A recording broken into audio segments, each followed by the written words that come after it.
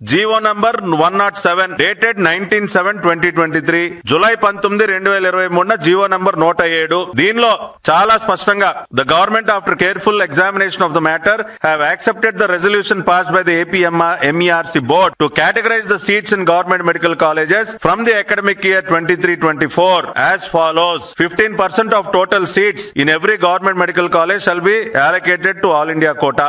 Out of the remaining 85% of the seats, 50% of the seats are categorized as general category competent authority ante convener quota. 35% of seats as self financing seats. 15% of seats as NRI quota seats. మరి ఈ రకంగా పర్సంటేజ్లు పెట్టి మరి జీవోలు ఇచ్చారు కదా sir. GO number 107 19/7/2023 ఏం జవాబు చెప్తారు జగన్మోహన్ రెడ్డి గారు?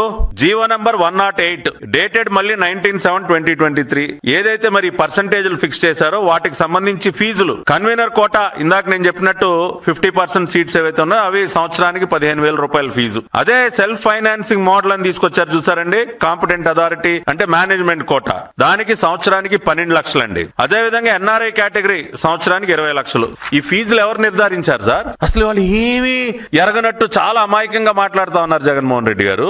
ఈ జీవోలు ఎవరు ఇచ్చారు? ఈ ఫీజులు ఎవరు పెట్టారు? ఇవాళ అసలు మీకు ఏ రకంగా మీరు ప్రభుత్వాన్ని ప్రశ్నిస్తారు? ఇవాళ జీవోలన్నీ మీరే కదా ఇచ్చింది, పర్సంటేజ్లు మీరే ఫిక్స్ చేశారు కదా, సెల్ఫ్ ఫైనాన్సింగ్ మోడల్ మీరే తీసుకొచ్చారు కదా, ఫీజులు కూడా మీరే పెట్టారు కదా. ప్రభుత్వాన్ని ఏ రకంగా మీరు ప్రశ్నిస్తా ఉన్నారు సార్?